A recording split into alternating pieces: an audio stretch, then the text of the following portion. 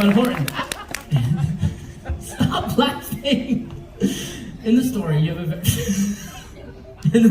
a very, very important message. And that's a person's a person no matter how small. So I'm going to say a person's a person. You say no matter how small. A person's a person. No matter how small. A person's a person. No matter how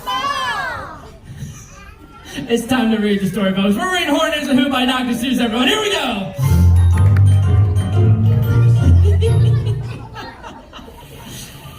On the 15th of May, in the jungle of Knoll, Horton was splashing, enjoying the jungle's great joys, when Horton the elephant heard a small noise.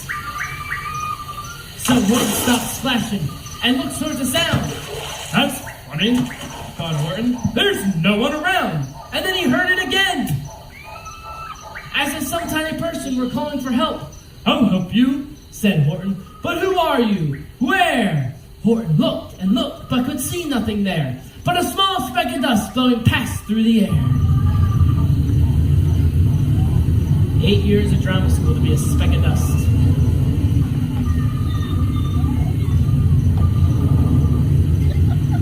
I'd say, murmured Horton, I've never heard tell of a small speck of dust that was able to yell. So you know what I think? Why, I think there must be someone on top of that small speck of dust. Some sort of creature very small in size, too small to be seen by an elephant's eyes. Some little person who's shaking with fear. The blow and the bull will have no way to steer. I'll just save them because, after all, a person's a person. No matter how small. So gently, and using the greatest of care, the elephant stretched his straight trunk through the air and lifted the dust speck and carried it over and placed it down safe on a very soft clover. Humph! Humped the voice. Buzz the sour kangaroos. And the young kangaroo in the pouch said, humph, too. Why, that speck's as small as the head of a pin. A person on that, why, there's never been. Believe me, said Horton, I tell you sincerely, my ears are quite keen and I hear quite clearly. I think you're a fool, laughed the sour kangaroo. And the young kangaroo in the pouch said, me too. You're the biggest fool of a name in the jungle of Knoll. And the kangaroos plunged in the pool. With terrible splashing, yelled the frown. I can't let my very small person get drowned. I've got to protect them. I'm bigger than they. So Horton plucked up the clover and hustled away. Should I put the speck down? Horton thought with alarm. If I do, these small persons may come to great harm. I can't put it down, and I won't after all. A person's a person. No matter how small. There we go. Then Horton stopped walking. The speck voice was talking. The voice was so faint one could just barely hear it. Speak up, please, said Horton, and put his ear near it. My friend, came a voice, you're a very fine friend. You've helped us folks on this dust speck no end. You saved all our houses and ceilings and doors. You saved all our churches and grocery stores. You mean? Horton gasped. You have buildings there too? My town's called Whoville, for I am a Who, and us Whos are all thankful and grateful to you. And as Horton called back to the mayor of the town, you're safe now. Don't worry, I won't let you down. But just as he spoke to the mayor on the speck, the animal crew of inchworms climbed up Horton's neck. Do the worm, do the worm.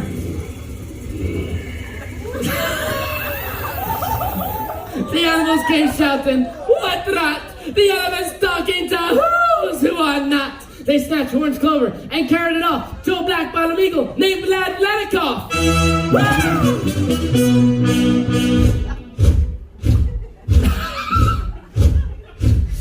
And before the poor owl could even speak, that eagle flew off with the flower in its beak.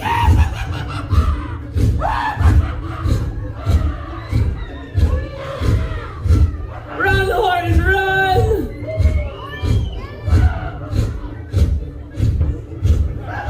Kids, get him! All late afternoon and far into the night, that black-bottom bird flapped his wings in fast flight. Oh, watch the kids.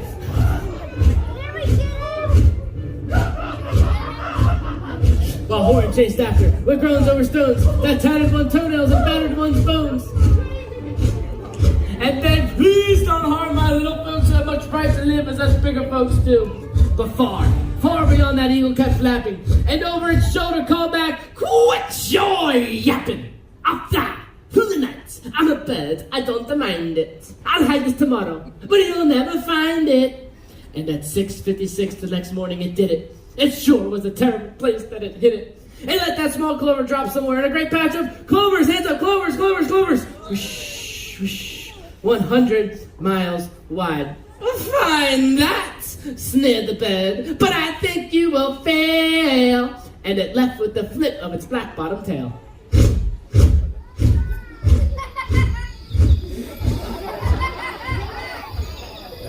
Lad! Yoo-hoo! And it left with the flip of its black bottom tail. Wow. "I'll find it," cried Horton. "I'll find it or bust. I shall find my friends on that small speck of dust." And clover by clover by clover with care, Horton picked up the search and called, "Are you there?" Then, on through the afternoon, hour after hour, till they were found at last on the 3 millionth flower. "My friends," cried the elf, "tell me, do tell, are you safe, are you sound, are you whole, are you well?" From down on the speck came the voice of the mayor, "We've really had trouble, much more than our share. So, Horton, please," pleaded the voice of the mayor, "will you stick by us who's while we're making repairs?" "Of course," Horton answered, "of course I will stick. I will stick by you, small girl, do thin and do thick." "Huh?" But the voice. "For almost 2 days you've run wild and insisted on chatting with persons who's never existed. And I'm here to state," snapped the big kangaroo, "that your silly nonsensical game is all through." And the young kangaroo in the pouch said, "Me too. With the help of this animal crew of inchworms and animals, tigers and leopards and rhinos and sloths too, whose health I've engaged, you're gonna be root, then you're gonna be caged." "Mayor, Mayor," Horton called. "Hello, Mayor, you got to prove that you really are there." The people cried out loudly. They cried out in fear. "We are here." Come on. We are here. Say what? We are Louder. here. We are here. One more. We are here. We are here.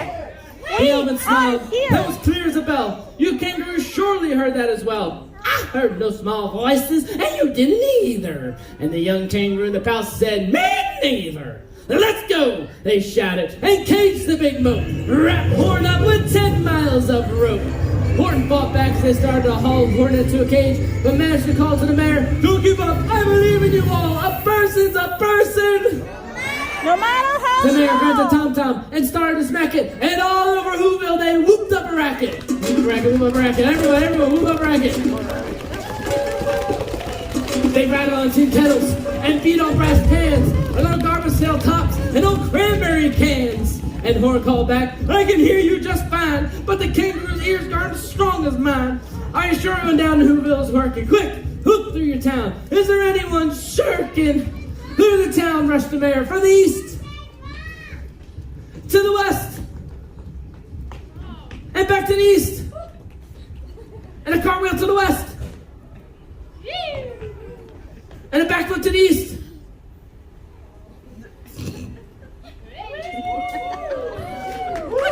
Ooh, it was the leg.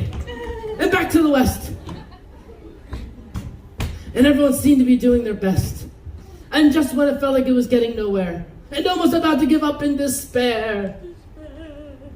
Mayor. Despair! That mayor suddenly burst through a door, and that mayor discovered one shirker quite hidden away in the Fairfax apartment 12J. A very small shirker named Jojo was just standing, bouncing a yo-yo, not making a sound, not a yip, not a chirp, and the mayor rushed inside and grabbed the young twerp and climbed with the lad up the Effenberg Tower. "This," cried the mayor, "is your town's darkest hour. So open your mouth, lad, for every voice counts." When they finally got to the top, the lad looked around and shouted out the word, Yo! and shouted out the word, Yo! and that yup, that one small extra yup put it over. Finally, at last, from the speck on that clover, their voices were heard. They rang out clear and clean, and the elephant smiled. "Do you see what I mean? They proved they are persons no matter how small, and the whole world was saved by the smallest of them all." How true, yes, how true, said the big kangaroo. And from now on, you know what I'm planning to do? From now on, I'm going to protect them with you. And the young kangaroo in the palace said, me too. From sun in the summer to rain when it's fallish, I'm going to protect them, no matter how small-ish. It's got to rhyme. Put your hands together for this amazing cast here of Horton Hears A Who. It's one of my favorite books. You guys did amazing today. Everyone did absolutely amazing. But before we get out of here, there's one person I want to bring out. He's the greatest storyteller of them all. He's the one, the only. It's the Cat in the Hat!